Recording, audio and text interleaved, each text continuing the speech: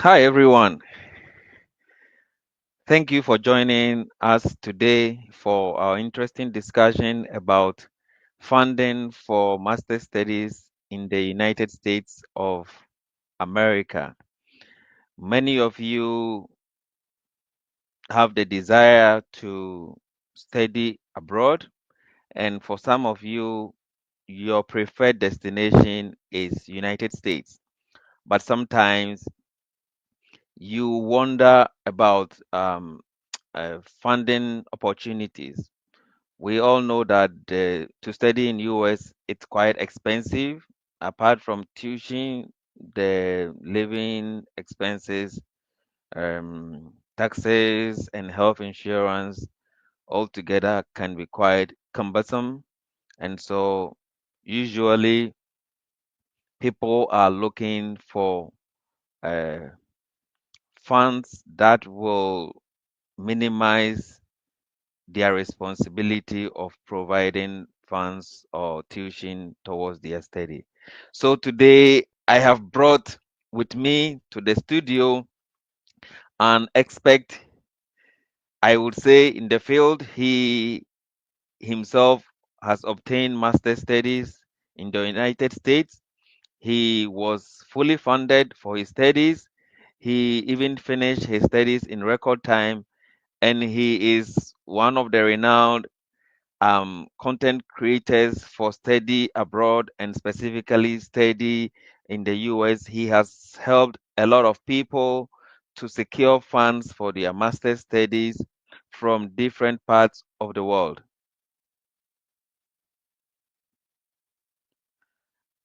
So I have with me Danny Legend. He's joining us from the US and he's going to give us a lot of insight about funding opportunities in the US. So I would now invite Danny on stage. Yes, sir. Thank you. Thank you. Hi, Thank you. how are you doing? I'm doing good. How about you? I'm doing great. Awesome. Thanks for joining us. I did a bit of introduction about you, and I would expect you to tell us more about yourself, your background, and what motivated you to get into studying in the US, and on top, using your platform to help other people secure the same opportunity that you had to study in US. Right. So first of all, my name is Daniel Ampa, but my brand name is Danny Legend. If you go everywhere, that's the name you would find me with. And I'm originally from Ghana. I don't know if you have an international audience, but some people might be wondering, okay, so where is he from? I'm from Ghana. I pursued bachelor's in economics at the Kwame Nkrumah University of Science and Technology, KNUST for short. So I'm here today pursuing. I did pursue applied economics, so I am done with my master's program, and I was on full scholarship, as some of you are curious to know. So I believe that's why we are here today to talk about it. And I also run different social media handles with the same name that the legend where I share study abroad content. I talk about open scholarships. I just share information. That's basically what I do because I feel like it is time that we also give back to the community to help people realize their study abroad dreams. Yeah. So I'm thank you. really impressed with your activities, and because I'm your follower, I sometimes see the post. Um, from a lot of your people you have advised and given tips to, thanking Right. you for securing scholarship, for getting admission, and so on and so forth. Mhm. And I've also Yeah. seen you interviewed a lot of people. Some had several different packages of scholarship for their studies. And Mhm. that's why I'm motivated to also bring you to talk to people who might knew the same opportunity. So, can you tell us Yeah. briefly about your journey to the United States and precisely North Dakota State University? Um, what did you do special to put you in a place, and then what kind of funding did you attract? We will start from there before we dive into the other available fundings for master studies in the US. Oh, okay. All right. Thank you very much for the question. So it first of all starts from a heartbreaking point where I had to go through three rejections at the US Embassy, and being successful in the fourth attempt shows that I was really determined to travel and study abroad. One time, when I finished my bachelor's degree, a friend sent me a PhD advertisement, in North Dakota State University. I was like, yeah, I'm not ready for PhD. I'm not ready for any school. Yeah, I want to just go and find a job and all that. And I was also doing my own thing. I was doing my website design, graphic design. These are things I learned on my own. So before school, before even attempting school, I was like, let me just focus on this. See, I can make it in my own trade, entrepreneurship, blah, blah, blah. But the friend was like, yeah, I know you're a good student back in school. Apply, you have good grades. Why? We that we didn't even do well in school, we are here. And you are sitting down, you don't want to do anything. So later on, something happened, which is very, very personal. So it happened, and I was like, no, I have to try this school thing again. And at that time, the PhD program was, it was a bit on and off. So I couldn't apply for PhD this time around. So I had to go for the master's program. And I sent in my documents, applied within like a space of maybe 3 weeks to 1 month. I was done with all the documents that I needed, and I forwarded it to the school. So how many? I think about 4 or 5 months down the line, I got response from them that I had gotten the admission and then the funding was provided and all that. I was like, wow. So this thing was there for the year and I was slacking, you know. So that has been my journey. My journey started from a place of disappointment, all hope is lost, because even before that, even before I got entrance to come in 2023, the beginning of 2023, I had applied for masters in 2018, got rejected, applied for masters 2019, got rejected at the embassy. Okay. But before that too, there was a 2010 visitors visa, I got rejected. So that was three already. So that's a breaking point for a lot of people, right? I mean, I know people that have helped, they got one rejection, they're like, "Chad, I can't do this thing again. Oh, that's all. I'm done with US." I'm like, then you don't really like you are not desperate to enter the country. Maybe you just want to try something out. So that's been my journey. Yeah. Yeah. I think we cannot hear you. You are muted. You probably have to unmute yourself. Yeah.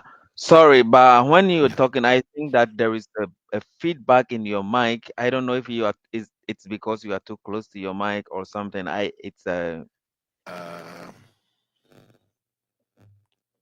Yeah, I can hear you all right, but I feel like it can be a little bit better. Can you speak? Hello. Yeah. Is it a sound? Is Yeah, it it's a sound like okay? All right. Hold on. Let me reconnect. sure. Whilst you do that, I would want to emphasize the fact that um the story about studying abroad, sometimes you may think it's unique to one particular person, the difficulties, the rejections, and stuff. But all the people that I have interviewed would point to one thing. There are points where you will fail a lot, and there are points where if you don't give up, you will succeed. I'm a typical example, and many people say the same story. So I think Mm-hmm. one inspiration that people need to get from this is that probably study abroad issue is not just a one-time successful story. You Right. will be fortunate to have it approved or be successful just upon one try. You would be fortunate, and I bet you maybe you will be among the 5% who can apply once and get it. But the majority of people I've spoken to, some had to put more than 100 applications for a particular program. Yes, Yeah. to get a scholarship. Of course, you might get the school all right based on your academic prowess or excellence. But if you don't get the funding and if you don't even get the visa, then it doesn't matter that you got admission, right? So Right. Thank you for sharing that with us. And our listeners should know that if you try once and then you don't succeed, you don't need to give up. I was speaking with one one guy from Zambia, and he told me that he wrote the test and he didn't succeed. So if he tries once and he doesn't succeed, he's giving up. I mean, the first one you tried, you have learned something, right? You Oh even know the yeah, nature of the questions and all that stuff. So at definitely. least you are approaching it with a certain level of experience, and it wouldn't be the same. Right. All right. So, um, But is how my did you? sound okay now? Yes, very good. Oh, Now it's okay, okay. very All good. right. All right. Thank Thank you. you very much for fixing it All for right. us. Uh, so, the next question is for you personally. Before I jumped into other people's experiences that you know of, how did you secure your fund for and how long was it, and what was the requirement on your part? Okay. So a lot of people do ask me that should they have to email or secure any professor before they do that? And I would say it depends on the school and it depends on the department. Some departments will say that, you know what, secure someone, let's know someone is ready to work with you before you turn in an application for assistantship. And some schools you would say that, you know what, just apply. We would select the best and let them work with professors. So my school was such that you'd have to just apply, get the funding, just say in your statement of purpose that, you know what, you want to do research assistantship jobs. You want to be a teaching assistant or an RA, a research assistant. And then when you gain admission and you come to the school in the fall semester, every professor is going to come during the research philosophy class and they're going to pitch themselves. So now, instead of you rather selling yourself to the professor that, see, I'm a good student, I want to work with you, it is rather the professor coming to pitch to you that this is my project and I'm looking for people who are motivated to do this with me. So that's my school, North Dakota State University. That's how it worked. So I came in spring, and during the spring semester, I didn't even do any research work because the professors had not yet pitched in the fall.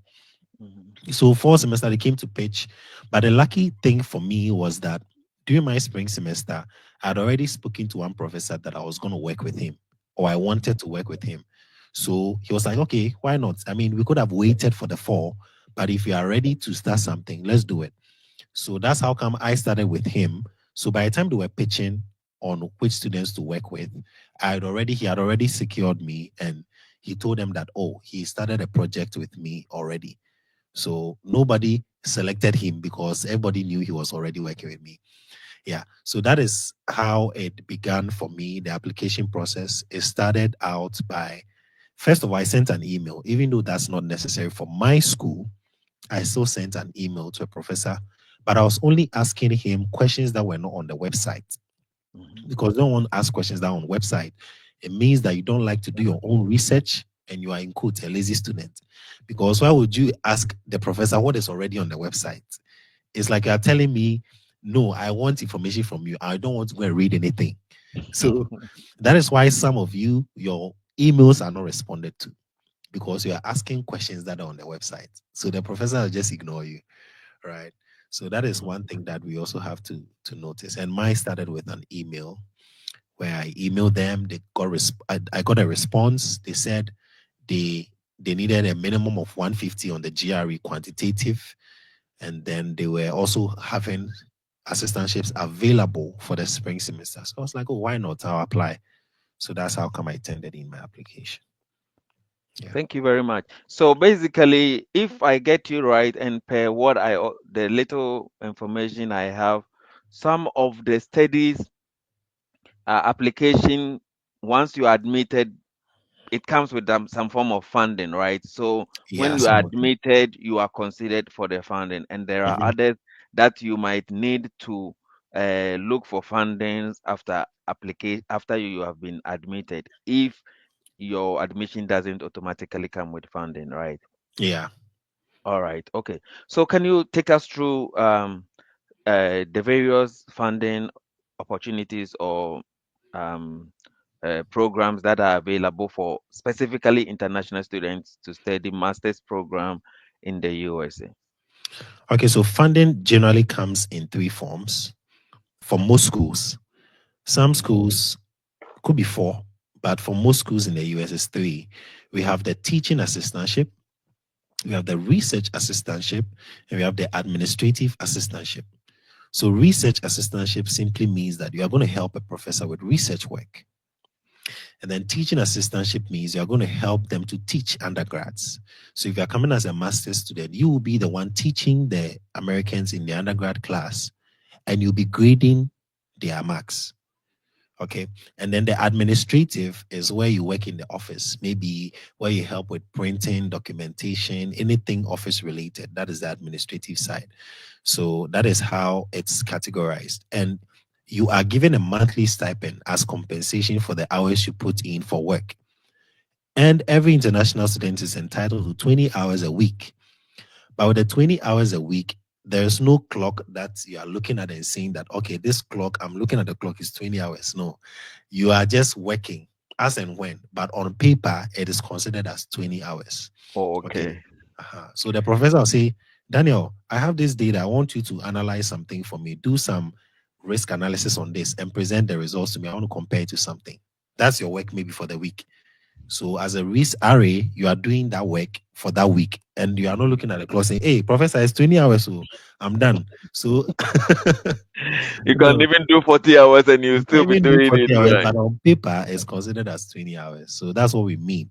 But if you are doing an on-campus job because you didn't get maybe Yeah. an RA Yeah. position, Mm-hmm. that job is timed Mm-hmm. because that on-campus job, if you're in the library, you clock in that you've entered, right?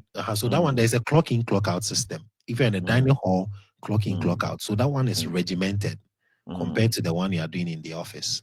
Mm-hmm. And then we have the teaching assistant where you teach. So professor is going to say that, oh, you know what? I have a business meeting in Colorado, or I have maybe usually not business meeting because they are doing conference stuff, not really business stuff, but just saying.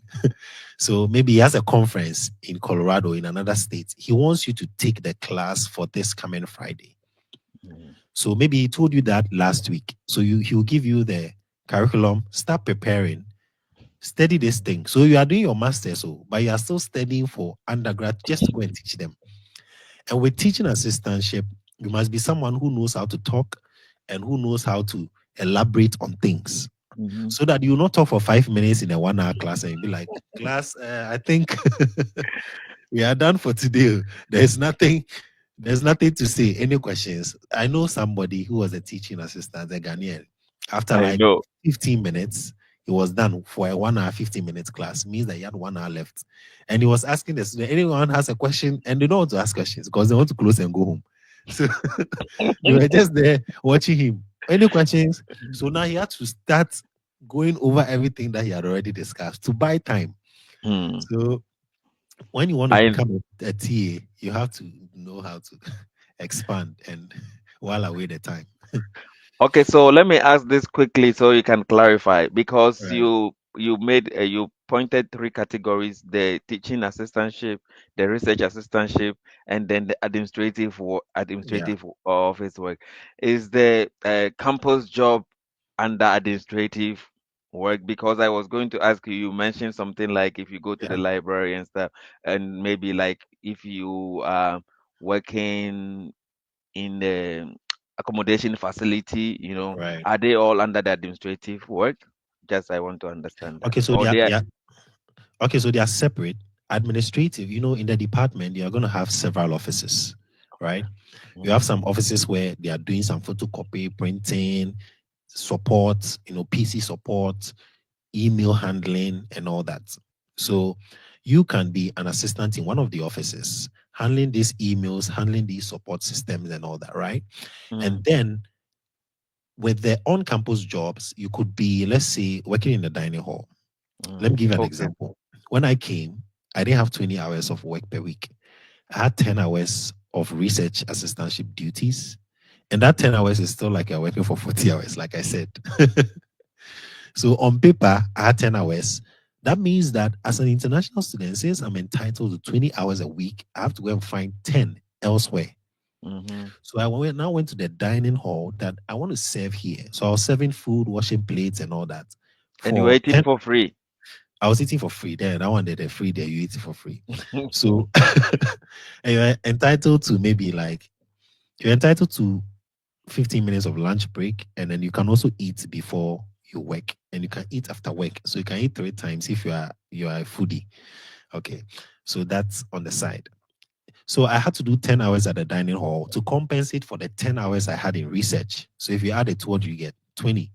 20. But because the dining hall one is clock in, clock out, if I do even 20 hours, 30 minutes, I can be deported Oh, okay. because it is so strict. So when you are going for a dining hall job, you have to go for 9 hours, 30 minutes. Mm-hmm. Worst case scenario, 9 hours, 45. I know somebody who did an extra 1 hour. He was sent back to Ghana. Yeah, US that's is uh, that's that's US very for strict. you, man. Yeah. That's US for you. Yeah, Unfortunately, in Czech Republic, you can work all you want and nobody cares as long okay. as you are able to fulfill your academic Academic. Yeah. responsibilities. I, Um, I I think initially it was like that, but they realized that people People who do came not to the US were study. hard on the Mm, dollar. Like they mm, wanted to come and make money. So mm. they're like, hey, let's put a restriction on this. That is one thing about many international students, when they are out there, instead of them to put more effort into finishing their studies or the first the primary aim for going, they become entangled with the money issues. And yeah, I Yeah. understand that. That's just by the way. Mhm. So I have a question regarding the I see several programs or the universities and programs, right? And then let's say um, MS, Master of Science in Molecular and Cellular Biology. And then when you read the admission requirement beneath it, they will write almost everybody accepted is funded, right?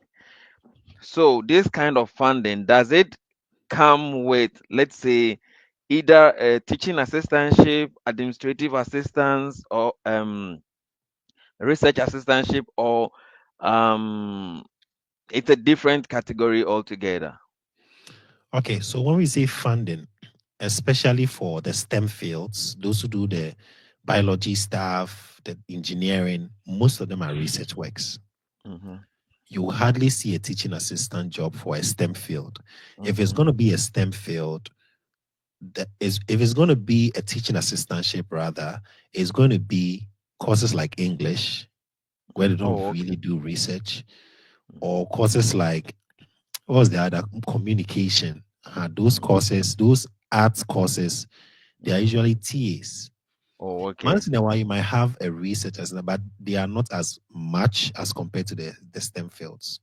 So they take you on as a research assistant, and then they pay you uh, monthly stipend. Yeah, Okay. All right. Thank you for that clarification. right. Um, is there anything like academic excellence scholarship or funding based on just your academic performance that you are not required to do any of the three categories of work, like teaching assistantship, research assistantship, or something of the sort in in the US? You Okay. happen So to. usually, that is going to thank you for your question. That's a very good one.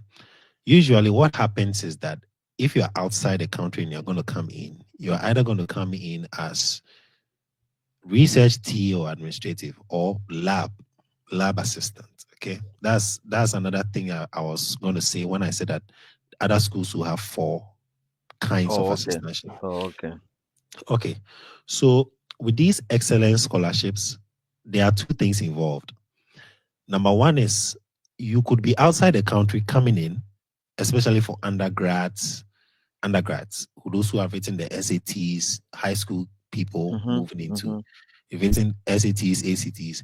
When they excel, they can be given an excellence scholarship to come and study, fully covered or partially Mhm. covered, depending on what's available. And Mhm. then for master students, you could be in the school after you've gained admission. They could still have internal scholarships that they are going to give to students if they maintain a GPA of 3.0 and above. Okay. So your first semester, usually you don't even qualify because when I came, internal scholarships were open. But because the first semester wasn't yet over, right, I didn't yet Mm-hmm. have a GPA. So I couldn't even qualify for the internal scholarships. But afterwards, you are now eligible because you have a GPA. They can say that, oh, you're an excellent student. We want to give you an extra $1,000. Mm-hmm. Oh, okay. So yeah, I have a couple of my mates who got like $5,000 in excellence scholarship. They wanted them to go and present something at the conference. And that's another kind of excellence scholarship that comes separate from the research assistantship one that you had. Okay. So usually that's how it works. Either you are already outside, you are now coming in and you are given some kind of merit based scholarship because of your academic prowess, or you come inside and then because of the maintenance of that GPA, you are given extra money as a booster for you. Yeah. Thank you very much. Now, I know that you have stated the various categories, the three or four categories of funding that is very popular in the United States for master studies, Right. depending on which university. But I want to ask, for example, if I am an aspiring master student, I have applied, I've been admitted, but the university did not consider me for any of the four or three categories that we have previously discussed. Are there still possibilities to seek funding within the United States, or maybe elsewhere to support my studies, or to support my visa application for Okay. master study in the US? Okay. Thank you. Another good question. There are two things involved. Number one, if you don't get funding, what should you do? Number one, you can email the department again and say that, you know what, I've got admission, this and this and that, but do you have assistantship positions available for the semester of fall 2025? Some are going to respond and say, oh, yeah, we do have. This is the link you can follow and fill the form if you want to be considered. That is a school that did not give you the form when you were filling the form to be admitted. You only got to know after admission, you realize that, oh, I don't have funding. And then they now redirected you to a place where you can go and fill a form to be considered for funding. That's one aspect of it. Or the department is going to tell you that, you know what, we don't have funding. Okay, we don't have funding. So you can only come here and sponsor yourself. Let your sponsor spend money to take care of you, living expenses and all that. All we have done for you is to give you the admission to come here. That is one side of the story. Another story that I always recommend to people after they have tried emailing the department and not getting funding is that they should apply to a different school. And I was saying this on my Telegram page that it's like when your boyfriend or girlfriend leaves you, there are many people in town. There are many Experience. new people in town. So you can get another boyfriend or girlfriend in town. So don't be attached to one school and say that, oh, as for this school, North Dakota State University, the way they were chatting with me, I like the school, I want to apply. If they don't give me admission, I'm not going anywhere again. No, that's not how it works. If they don't give you funding, look for another school. There are about 1,000 colleges in the US. You can apply over 500 to 1,000 schools. You can apply and get funding. So if you don't get funding through the email or through the acceptance letter that comes to you, Mhm. always look for another school. That's what I would say. Yeah. Thank you very much. So, um, between the public universities and the private ones, I learned that there are usually more fundings in the public universities than the private universities. Do you agree to that? And then the follow up is also comparing predominantly black universities or colleges. There is the southern kind of universities that Right. is noted to be predominantly blacks. Mhm. Apart from probably easy admission process, do you think there are also higher possibility of people being funded in such institutions than their counterpart prestigious white universities or private universities. Okay, so the first one was about private universities and public universities, right? Thank you for the Yep. question. So private universities have less money, even though some of them are research-based universities. Hmm. They don't as much as receive grants from the government as the public universities do. Public universities that are involved in research are called land grant universities. The land gives them the grant. So Mm. land grant universities are schools with money. They are funding. One of the ways you can do a good research on the kind of schools to apply to, I shared this one time on my YouTube, is that I called it the golden tip for applying for schools in US. Go Okay. and Google land grant universities in the US. Okay, because sometimes some of us apply to private universities that don't have money for research. So you're going to get it, but you don't really get the funding because they don't have money. Unless, of course, some private company with a lot of money says that, hey, we want some of your students to do research for us. So we're going to give them monthly stipend. In that case, you can have private schools having a lot of money to fund research. But usually, the funding is going to come from the public universities, the land grant ones. So look for land grant universities and apply to those ones more than you would apply to private universities. Anytime you come across a university, ask yourself or ask the internet, is this a private university or a public one? Okay. And then make sure you are going for the public ones to heighten your chances of getting a fully funded scholarship. And then Okay. your second question was about the predominantly black universities, right? Yep. What are our success rates? I think and I believe that success rate for any kind of university, whether Black. predominantly white or predominantly black, is the fact that once you're a good student, they don't really mind your race. Mm-hmm. Once you have met the requirement, because there's no part of the requirement that says that, you know what, if you're a black person, you have a lower chance. So I feel that sometimes it's We just a exaggerate. rumor.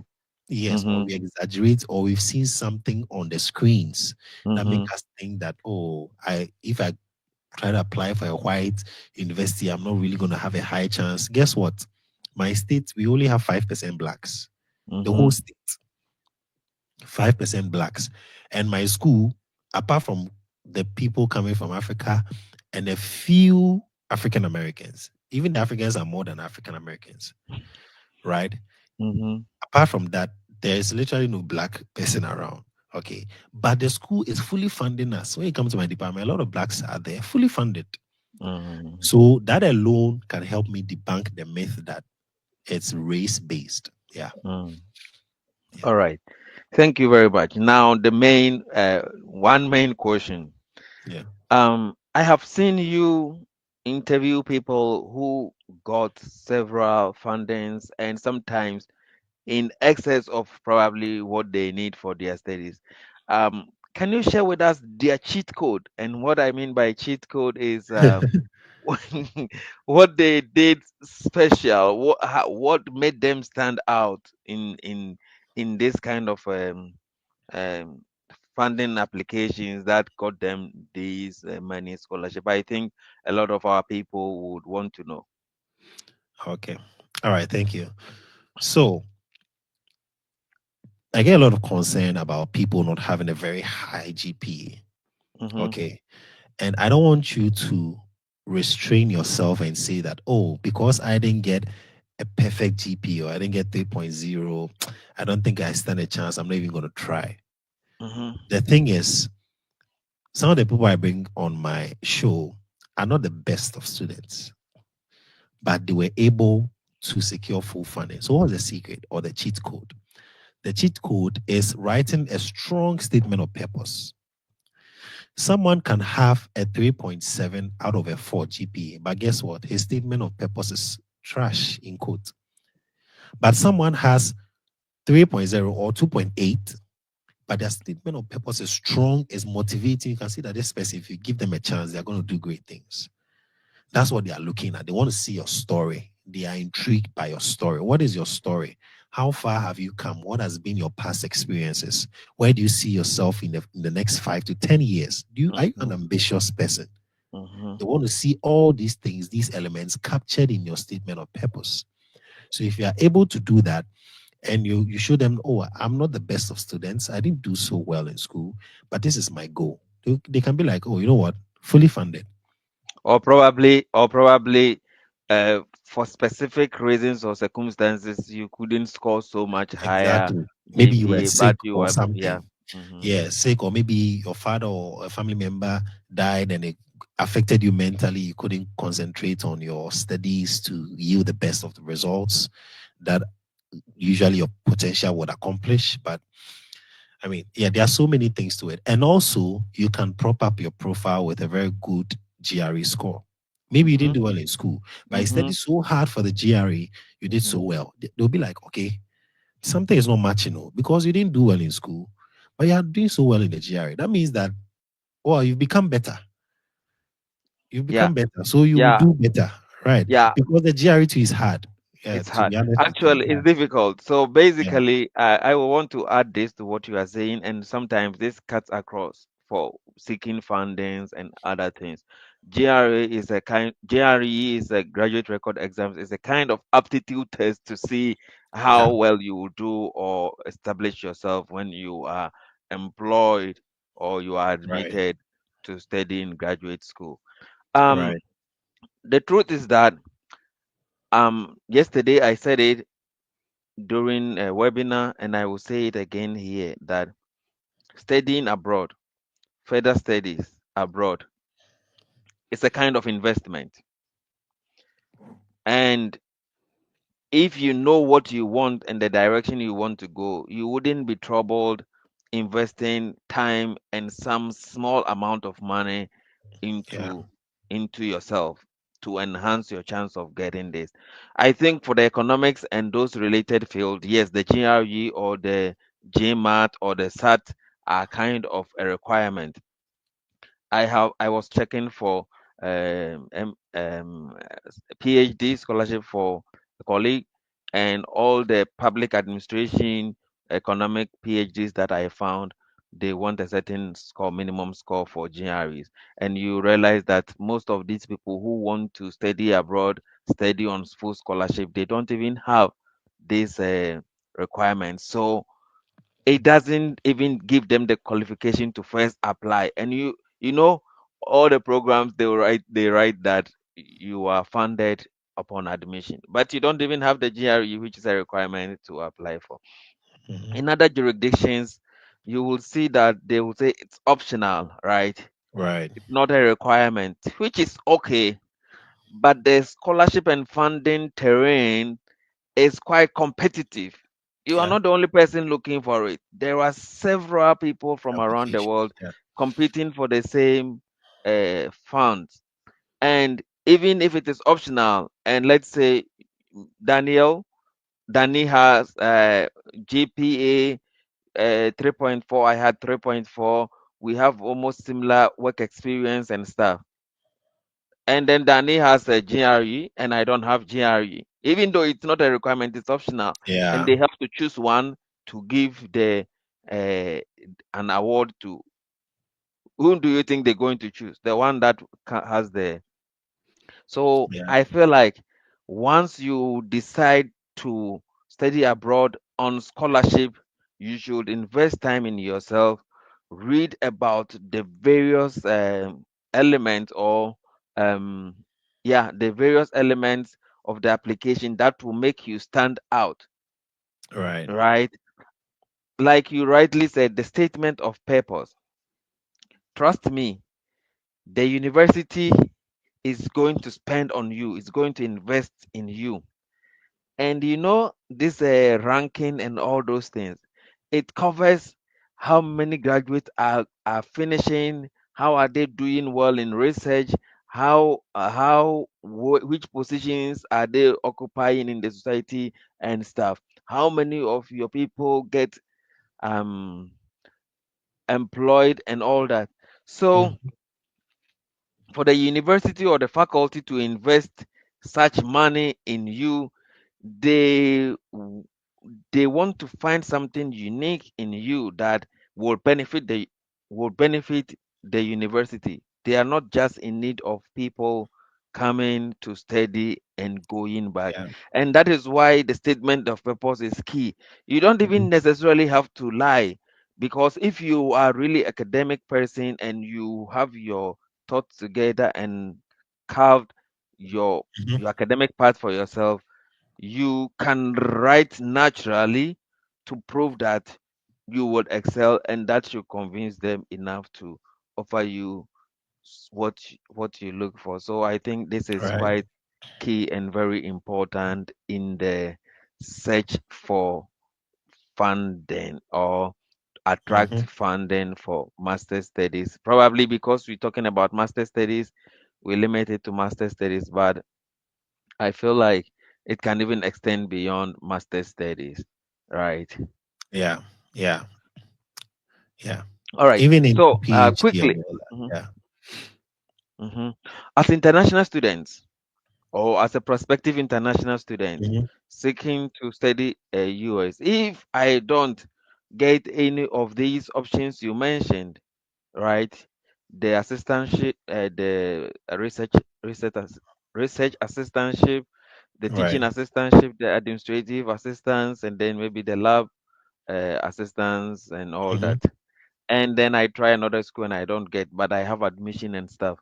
Are there? Uh, so can we say that loan loan is an option for funding master studies for international students in the United States? Do you have any idea? If yes, any options or any um how is it like? And if no, that's fine also. Okay. So for those of you who don't get funding, who want to try with a loan, I think there are agencies that do give out loans, such as Empower. Empower gives out loans, but I think with Empower is that they're going to have a list of schools. Not every school in the US do they give loans for. So they have their own list of schools in the US that they have liaised with to give out loans to students. So it's easier to track you and make sure you are paying. Yeah, so you can use a loan, but I just personally feel like people should strive to get the funding instead of the loan.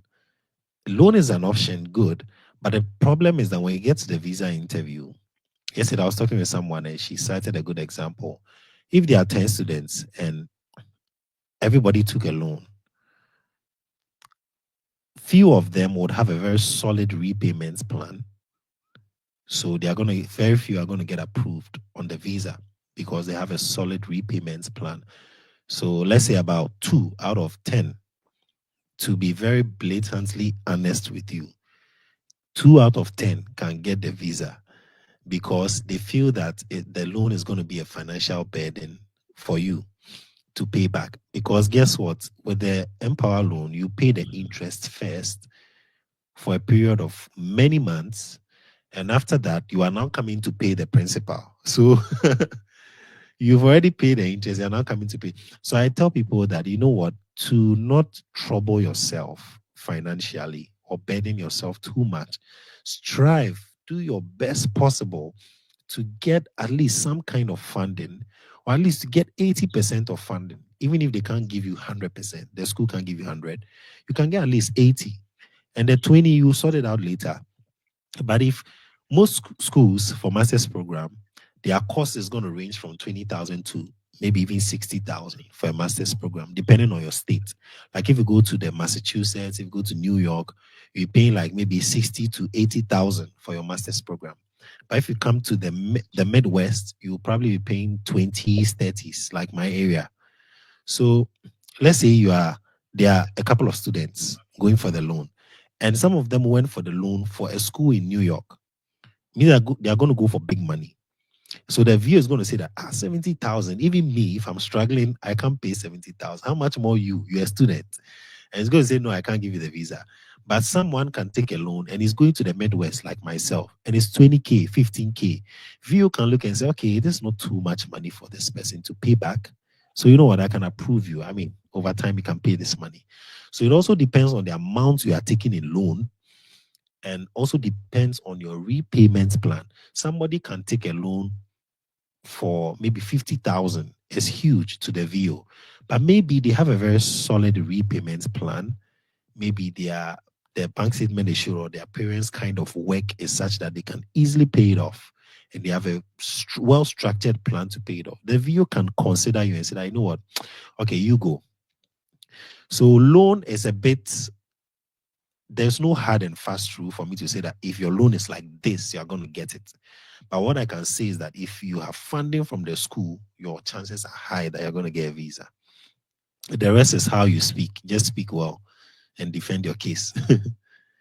Yeah. Thank you very much. I think that we will go to our audience for questions, and Right. you will respond to them accordingly.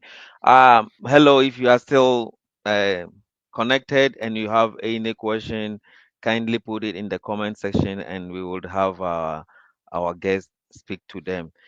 There is one question here. Probably we touched on it lightly, but I still want to read. It's coming from Enoch Odente. Is it always necessary to write GRE before you get funding?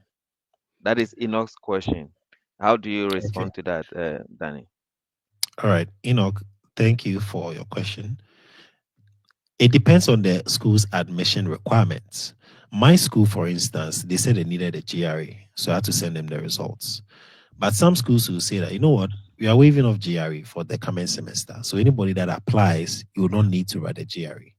If you are someone that wants to study on low budget, I'll recommend that you go for schools not taking application fee, not taking GRE, and maybe they might say that okay, you can submit an unofficial transcript before, maybe after the admission, you can bring your official one. So look for Mhm. schools that are not taking GRE if you want to go low budget style. But if you've already written it and you think you did well, you can always add it to your applications or apply to schools that are taking it. It doesn't really, yeah. So it's not always necessary to write the GRE before you get funded. And if I want to chip in a little bit from the little experience I have applying for schools for people who want to study in US, not even it's not usually even a university thing. It's more so department or the program you want to study thing. The same university would not require GRE for some programs, but for other programs they would require um they will require a GRE. And like I said, they for the economics and related business programs, some of them do request for it. So, first of all, usually it's not even that you need the GRE to get the funds. You need the GRE first to get the admission, and then when you get the admission, you are Yeah. considered for funding.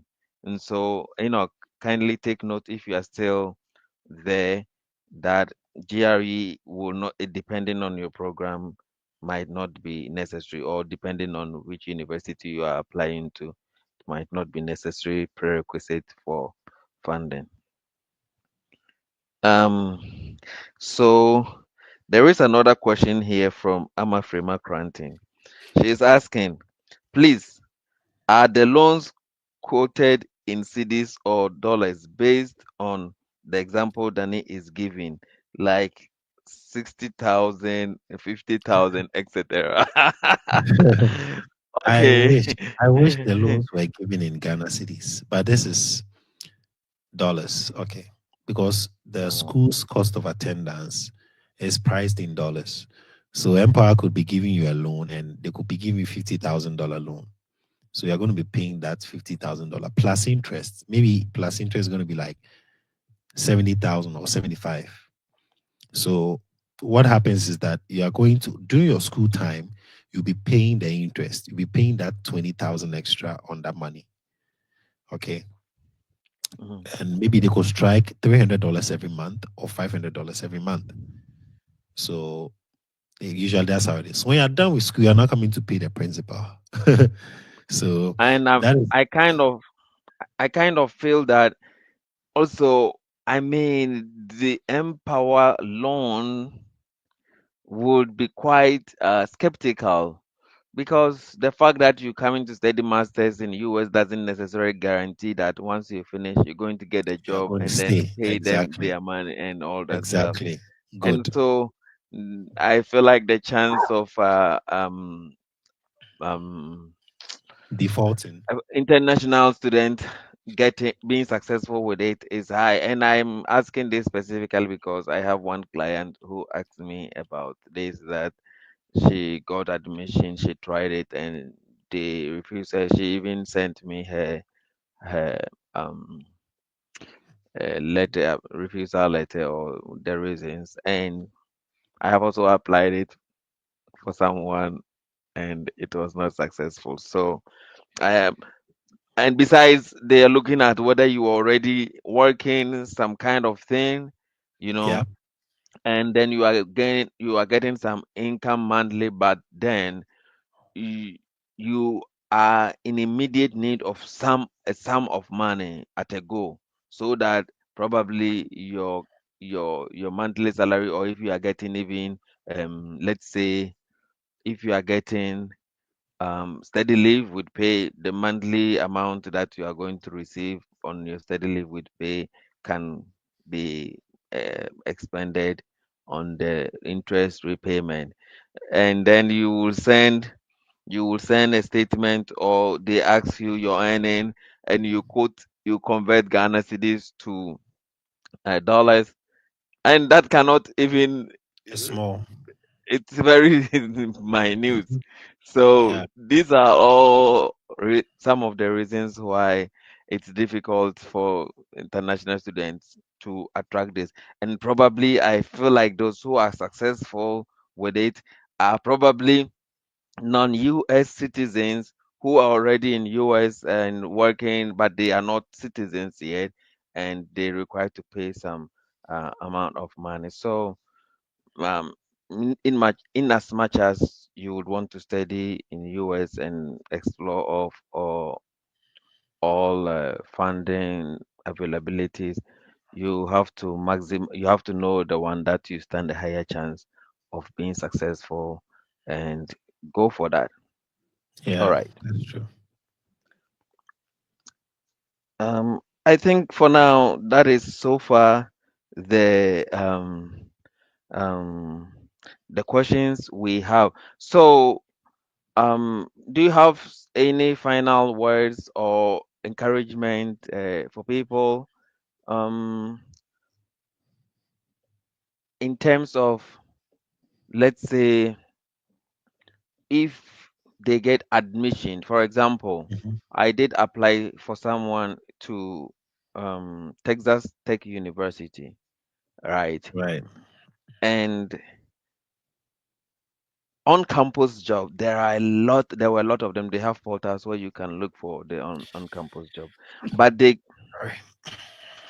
they gave like partial funding, and Mhm. most part of the tuition fee was supposed to be covered by the person. But there was the higher possibility that when the person was on campus, they could do the 20 hours, like you said, on campus job, and offset some cost and stuff.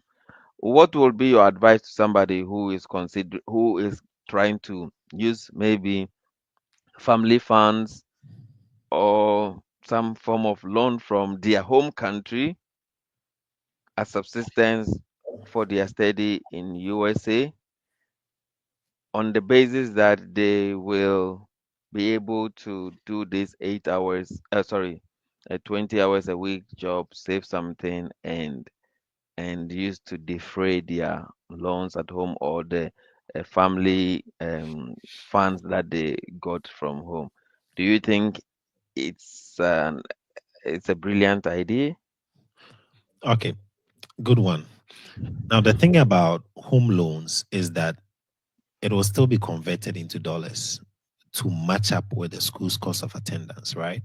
Hmm. So even if you are looking at 30,000 or something, they will still $30,000. They will still have to convert it to the local and then give it to you as loan.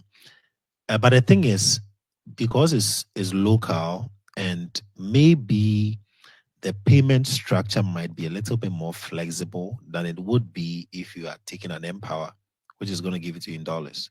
So maybe the one at home will not be as financially constraining as the Empower one. But the thing about home loans from developing countries is that the rates are so high. So you might be paying like 40% per annum as interest on the loan. But maybe Empower might, I don't know Empower rate, but they might be giving maybe like 7, 10%, 15% or something. I'm not too sure. But one thing I'm sure is that loans in developing countries have high interest rates.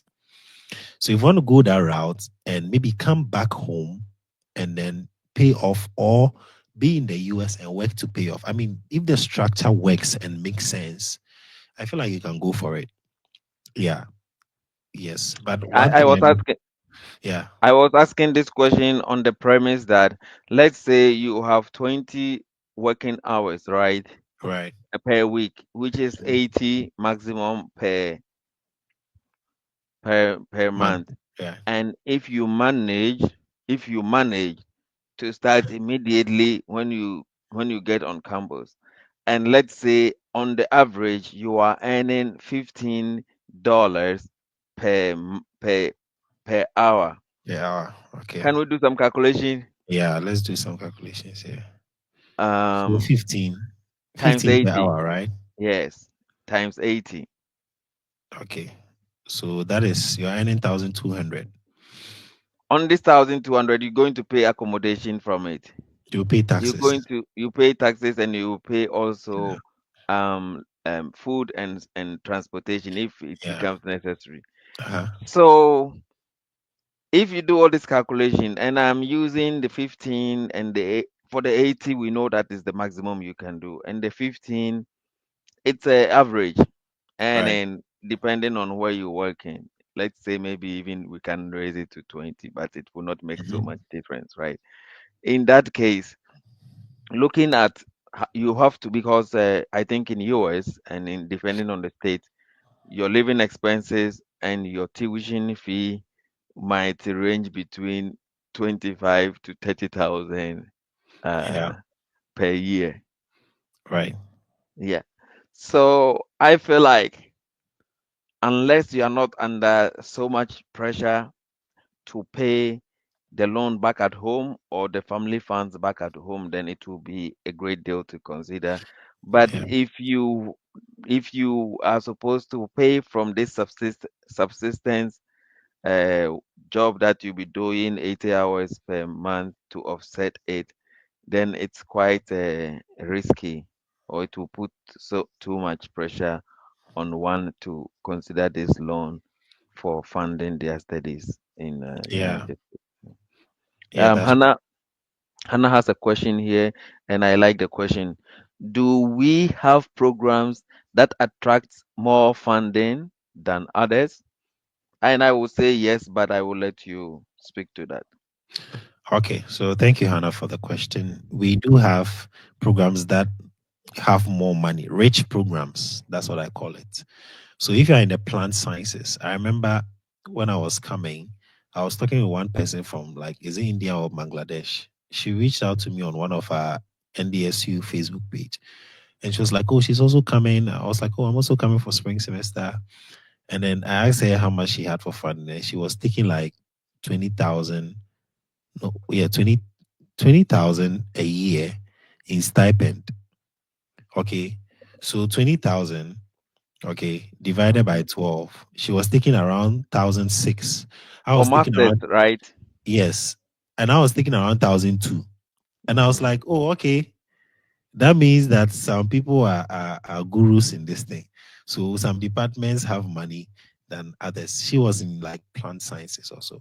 And when I came, my roomie, who was also in plant science, was thinking about the same figure, but I was taking less. And you feel like we're all doing 20 hours. We are all master students. We are all from the same place. So why is it that somebody is taking more? Because that department has more money. So that program has more funding. If you go to an English department, or communication or those literature, they don't have as much Yeah. money as the people in the sciences because how many entities will pay them to conduct research, right? Uh-huh. But if you're in the plant sciences, animal sciences, they have government has a lot of money to fund students in that area. So yes, Thank you very much. And like you said, also it can even differ from one university to another. yeah, There are two universities I'm applying for someone and the same study program, right? One is offering on the average 2,400 per month, and another is offering about 2,700 per month. And right. sometimes it also these differences um, are brought about based on the states or something.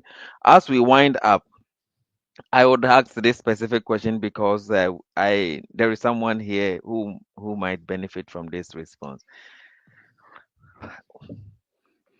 I don't hear more about funding for uh, masters in nursing and stuff for um, maybe public health, sure, but specifically for nursing, I Yeah, don't hear much about it in the USA. What yeah. do you have any idea and why? If there are, can you elaborate a little bit? And if there are not, do you have any idea why it's not like this? So yeah, that's true. That's a very good observation. Masters in nursing, even bachelors in nursing, medicine, law. Some fields are too technical that Mm-hmm, you would probably have to get into this system and learn this system's way of nursing.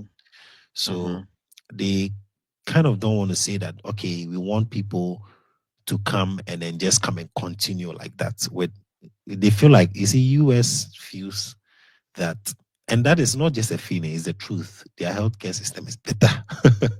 So they feel like You have you not are been to coming, Czech Republic. you need to upgrade. Like your country Mm-hmm. system needs to upgrade to their level. You can't just come from here and then you know but that being said, there's few schools that are funding for nursing programs at the master's level. There's Health University of Utah, there's University of Akron, and there's Louisville University. Those are the three that I know of head. The rest you have to keep digging, digging, digging, Is it digging. online or on Oh yeah, it's site? online. Online you can, no, not online masters, on campus. Okay. Yeah, I mean, Can you the mention information is online. the names again?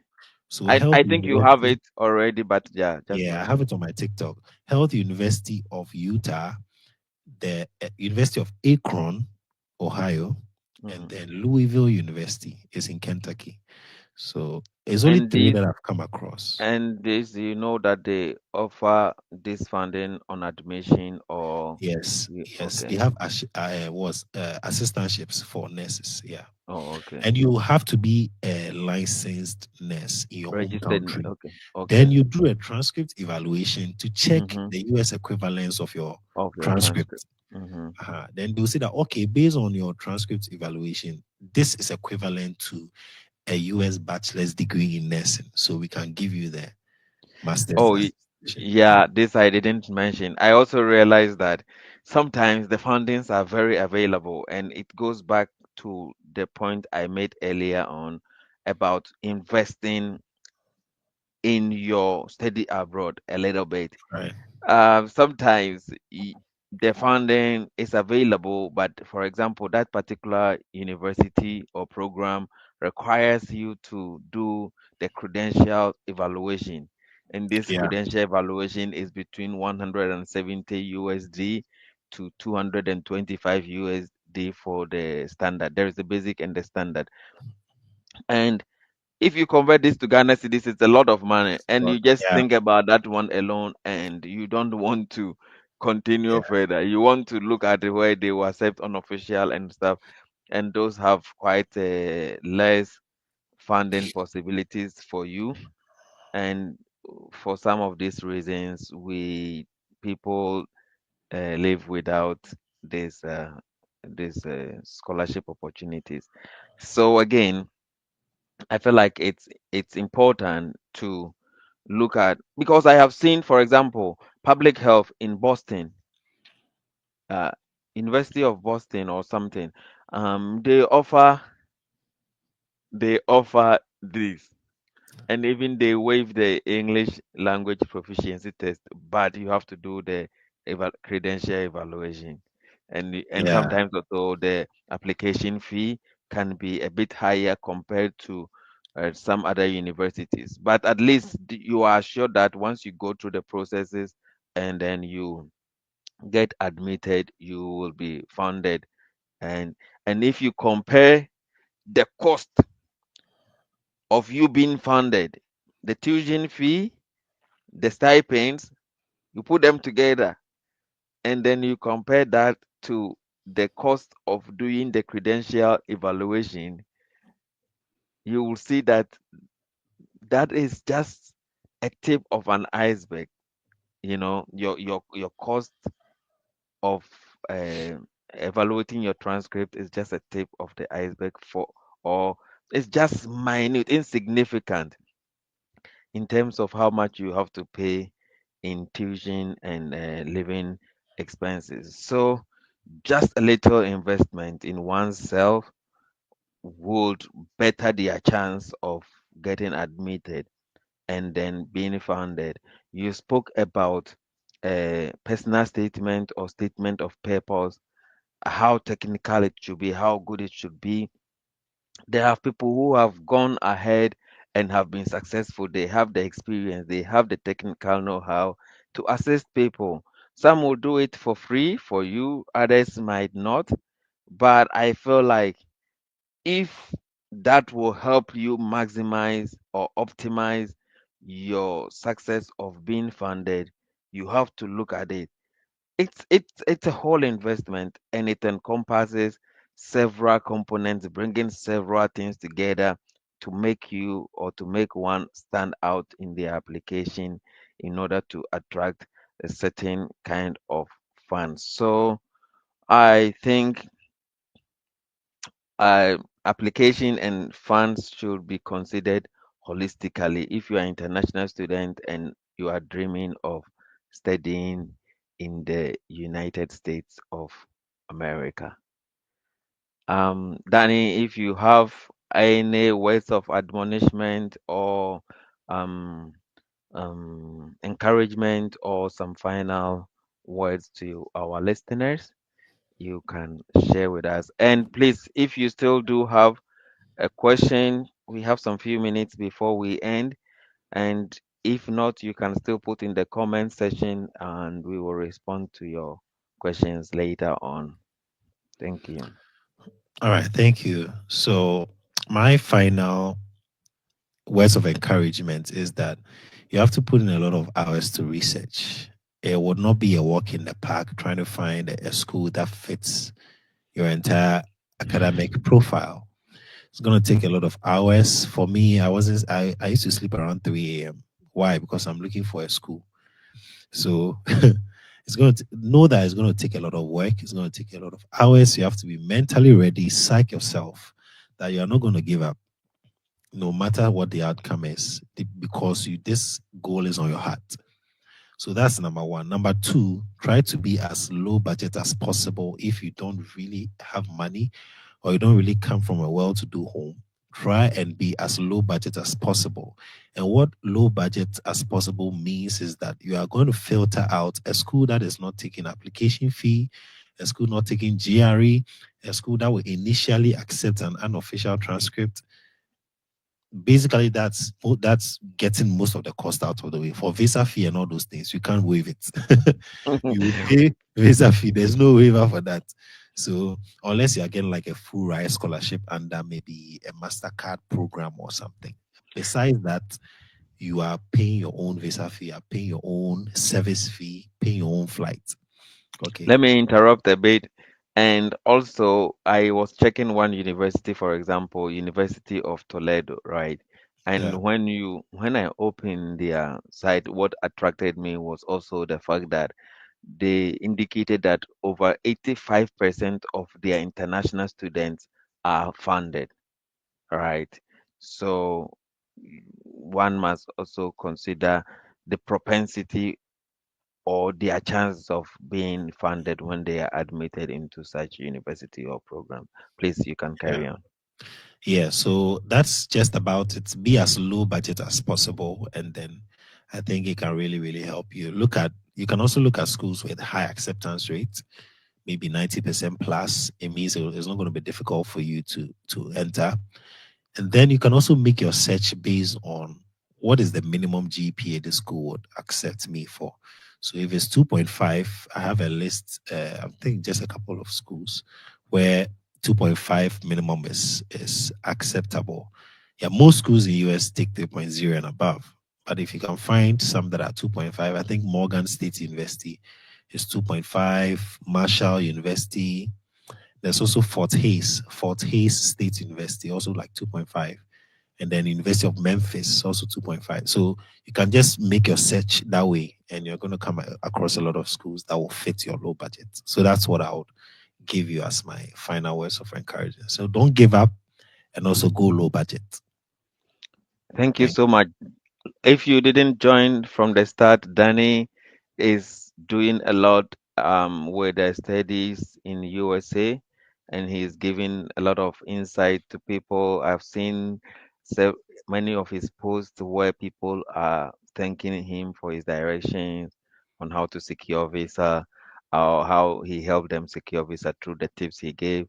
There are also several information about low budget schools, schools without tuition, and how to attract multiple funding for studies. He's interviewed people who have been successful through this, and interestingly, um, all his channels are named Danny Legend. So you you. can you can easily find him on TikTok. You can find him on YouTube, and I think X, right? Yeah, I'm Twitter. also on X, yeah. And he's And starting then to build, Facebook too. yeah, he's starting to build his Facebook Yeah. audience. So Yeah. I also have you can, Telegram too. Yeah. yeah, okay. Yeah. So Same please, name, Telegram. Yeah. Danny same Legend. name on tele. Yeah. So connect with him, and I think you would not fail. Like we have all said, studying abroad is an investment. I applied to over, when I say over 200 universities, you may think I'm exaggerating, but I did, and that was between 2012 and 2015 until I got, it was 3 years before I got masters, but it is worth it, right? And so um don't lose hope. If you fail once, try again. Try There is again. a saying that those who fail are those who quit. If you don't quit, you will definitely learn something and improve and be better, and subsequently get what you want. So we will encourage you all to put in your maximum best. You can share this um, discussion with people that will need as well. Thank you for joining us, and see you again later. Let me see if I have a question. If I don't have a question, then we can close. Okay, I don't have any more question. Thank you, Danny, for your time and for your expertise. We appreciate that a lot. All right, sure. Thank you too for having me on the show. Really appreciate it. Okay, Yeah, you're Doc. welcome. Yeah. Okay, All right. See you all. thanks. Bye. All right. Bye.